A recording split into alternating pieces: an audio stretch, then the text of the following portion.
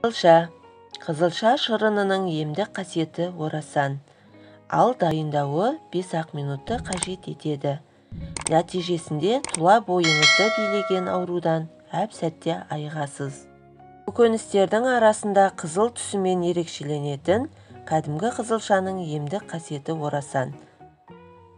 Қызылша жемісін шикідей де пісіріп те жеуге болады. Ал шырыны бір емес бірнеше дертке дауа.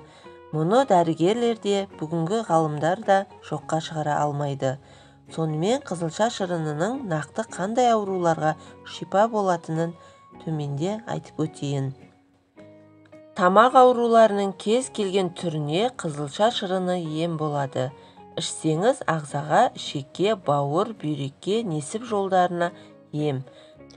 Қан көбейтеді. Қаназдық кезінде де ең керемет ем болатын қызылша шырыны екенін ұмытпаңыз. Қанды көбейту үшін 1 стакан қызылша шырыны мен 1 ас қасық табиғи таза балды араластырып, күніне 3-4 рет қабылдайсыз.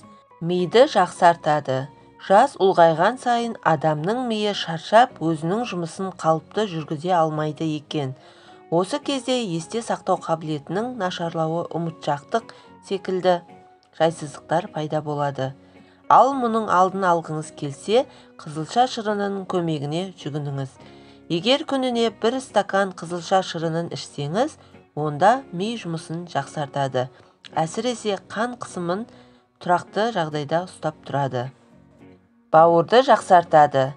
Егер күніне 3 рет қызылша шырынын ішсеңіз, бауыр ауруынан бір жолата құтыласыз. Ал қалай ішу керектігін назарыңызға ұсынайын. Ем үшін күніне 3 стакан қызылша шырынын ішесіз. Қызылша шырыны бұлшықеттің ауруын басады, әрі қатайтады. Спортпен айналысатындарға күніне кем дегенде 200 грамм қызылша шырынын ішуге кеңес береміз.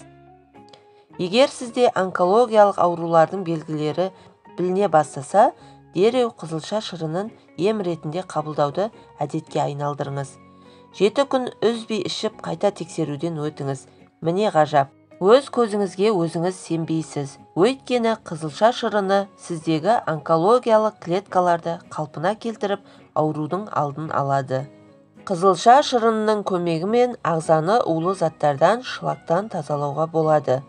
Ол үшін аш қарынға 1-2 ас қасық қызылша шырынын ем ретінде қабылдаңыз. Арада 3 күн өтісімен кіші дәретіңіздің түсі өзгеріп, бауыр мен ішектің жұмысы жақсарады.